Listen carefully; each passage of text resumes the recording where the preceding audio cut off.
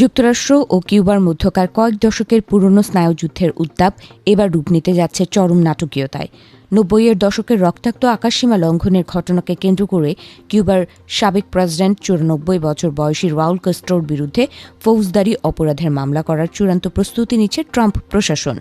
আগামী সপ্তাহে যুক্তরাষ্ট্রের বিচার বিভাগ এই চাঞ্চল্যকর ঘোষণা দিতে যাচ্ছে বলে রয়টার্সের এক প্রতিবেদনে উঠে এসেছে।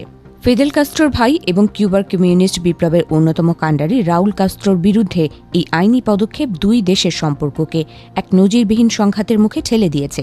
ওয়াশিংটন ও হাভানার মধ্যকার দীর্ঘদিনের বৈরিতা যেন এখন এক নতুন রূপ নিয়ে বিশ্বমঞ্চে হাজির হয়েছে।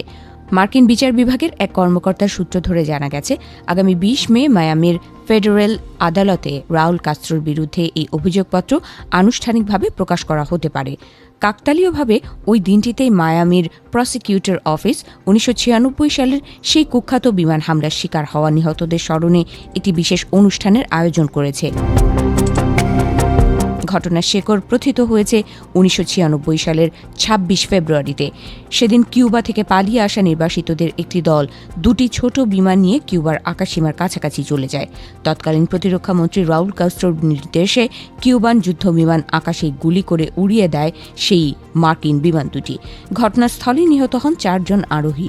কিউবা একে সার্বভৌমত্ব রক্ষা বলে দাবি করলেও যুক্তরাষ্ট্র একে আখ্যা দেয় ঠান্ডা মাথার খুন হিসেবে। এই মামলার রাজনৈতিক প্রেক্ষাপট কিন্তু বেশ গভীর। বিশ্লেষকদের মতে এটি কেবল একটি আইনি প্রক্রিয়া নয়, বরং ট্রাম্প প্রশাসনের কিউবার বর্তমান কমিউনিস্ট সরকারকে উপড়ে ফেলার এক সুদূর প্রসারী মহাপরিকল্পনা। ট্রাম্পের এবারের কৌশল মনে করিয়ে দিচ্ছে ভেনেজুয়েলার সাবেক প্রেসিডেন্ট নিকোলাস মাদুরোর কথা, যার বিরুদ্ধে মাদক পাচারের অভিযোগ এনে মার্কিন বাহিনী এক ঝটিকা অভিযান চালিয়ে তাকে বন্দী করে ওয়াশিংটনে নিয়ে এসেছিল। গত মার্চ মাসে ডোনাল্ড ট্রাম্প এক হুঙ্কার ছেড়ে বলেছিলেন, ভেনেজুয়েলার পর এবার কিউবার পালা।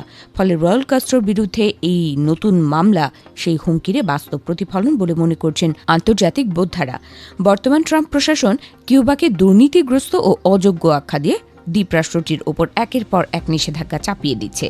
জ্বালানি সরবরাহ বন্ধের হুমকি দিয়ে কিউবাকে কার্যত এক অর্থনৈতিক অবরোধের মধ্যে ফেলে দেওয়া হয়েছে, যার ফলে পুরো কিউবা জুড়ে তীব্র বিদ্যুৎ সংকট এবং অর্থনৈতিক স্থবিরতা নেমে এসেছে।